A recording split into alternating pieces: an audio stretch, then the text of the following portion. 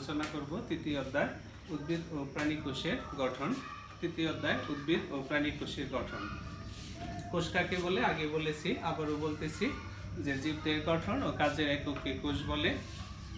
বিজ্ঞানী Robert Hooke 1665 সালে সর্বপ্রথম কোষ আবিষ্কার করেন।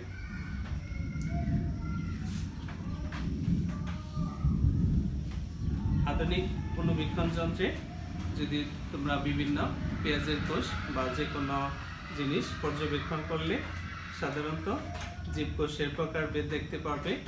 যে জীবকোষে প্রকৃত কোষ, আদি কোষ এবং প্রকৃত কোষ, মানে কোষ সাধারণত দুই প্রকার। কি কোষ? আদি কোষ ও প্রকৃত কোষ। আদি কোষ কি?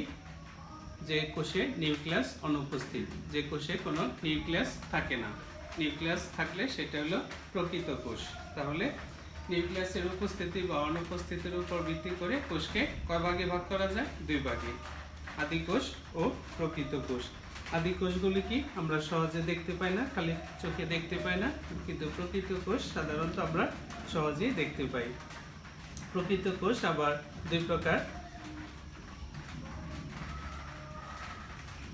প্রকৃত কোষকে কাজের ভিত্তিতে আবার দুই ভাগে ভাগ করা যায়, যেমন দেহকোষ এবং জনন কোষ।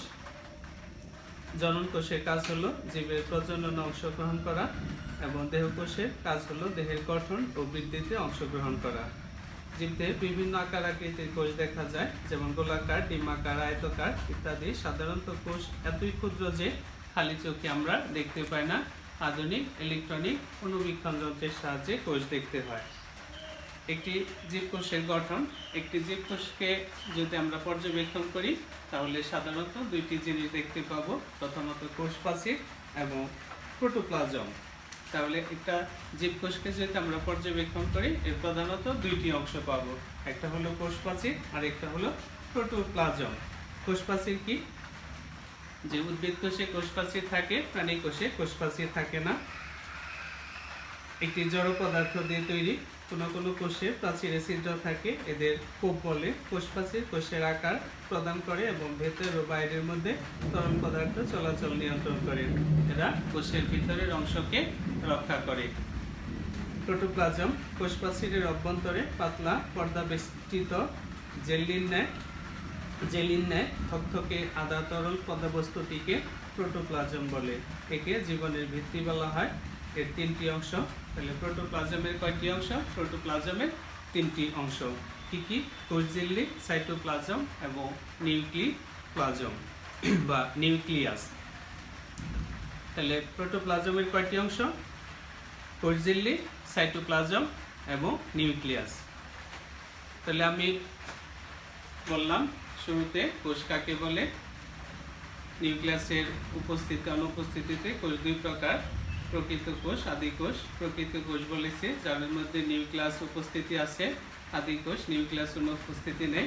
প্রকৃত কোষকে আবার কাজের ভিত্তিতে দুই ভাগে ভাগ করা যায়, দেহকোষ এবং জনন কোষ।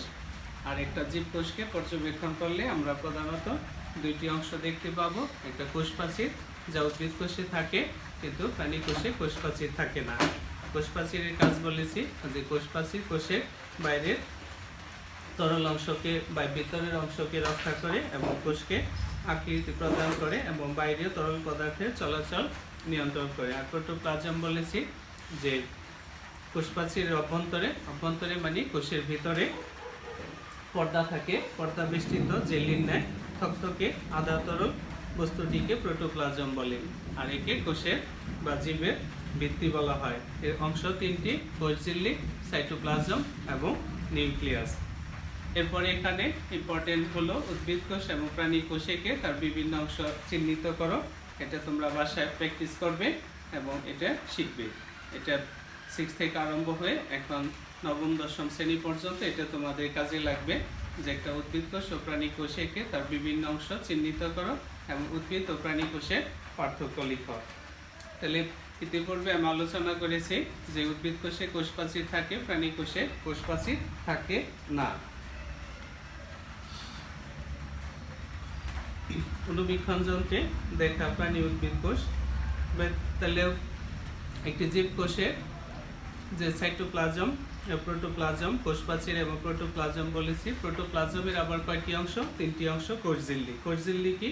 সম্পূর্ণ প্রোটোপ্লাজমকে ঘিরে যে নরম পর্দা দেখা যায় তাকে কোষঝিল্লি বা সেল মেমব্রেন বলে। এটি কোষের ভেতর ও বাইরের মধ্যে পানি, খনিজ পদার্থ ও গ্যাসের চলাচল নিয়ন্ত্রণ করে।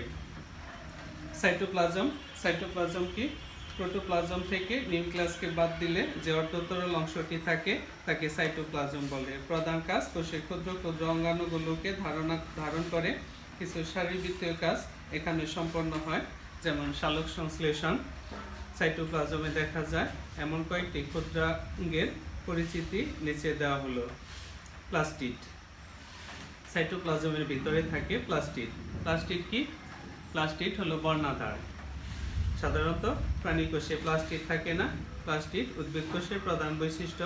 পাতা, ফুল, ফলের যে বিচিত্র রং আমরা দেখি সবই প্লাস্টিডের কারণে হয়। সবুজ প্লাস্টিড প্রধানত খাদ্য তৈরিতে সাহায্য করে। অন্যান্য রঙের প্লাস্টিডগুলো উদ্ভিদের বিভিন্ন অঙ্গকে রঙিন করে আকর্ষণীয় করে তোলে।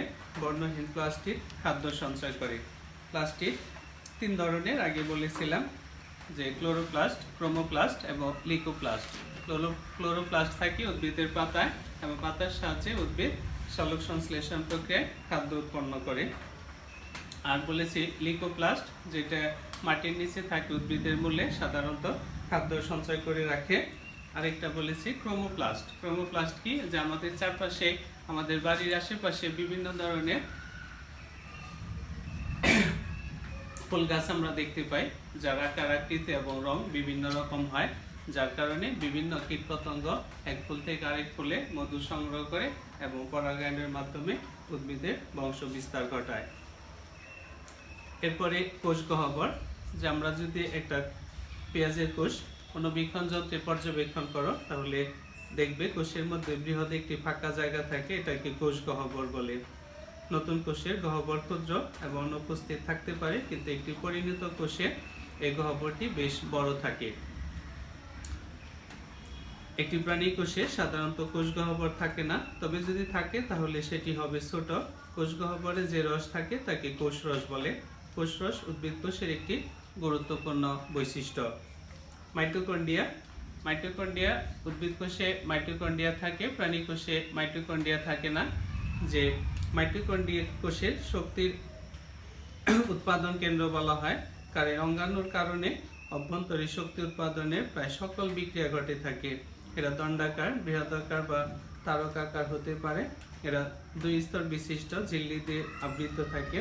বাইরের স্তর মসৃণ, কিন্তু ভিতরের স্তরটি বহির্যুক্ত। মাইটোকন্ড্রিয়ার প্রধান কাজ শ্বসন প্রক্রিয়ার সাহায্যে করে শক্তি উৎপাদন করা, তাই মাইটোকন্ড্রিয়াকে কোষের শক্তিঘর বা শক্তির আধার বলা হয়।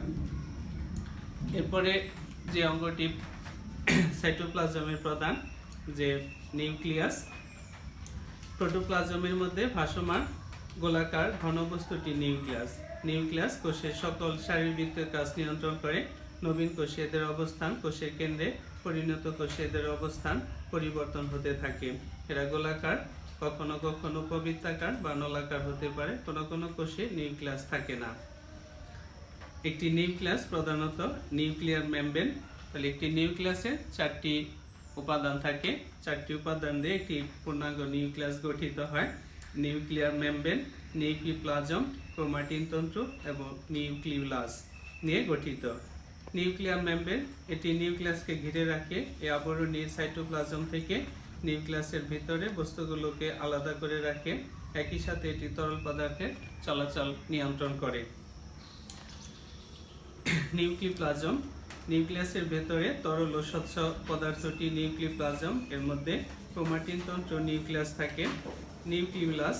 নিউক্লিয়াসের ভেতরে বিন্দুর ন্যায় অতি ক্ষুদ্র যে অঙ্গাণুটি দেখা যায় তার সাথে লেগে থাকে তাকে নিউক্লিয়াস বলে। যেমন যেটা নিউক্লিয়াসের চিত্র, তোমরা এটা দেখবে তোমাদের মেন বইয়ে, এবং যদি গুগলে সার্চ দাও কালার দেখো, কালার দেখলে আরো ভালো বুঝতে পারবে।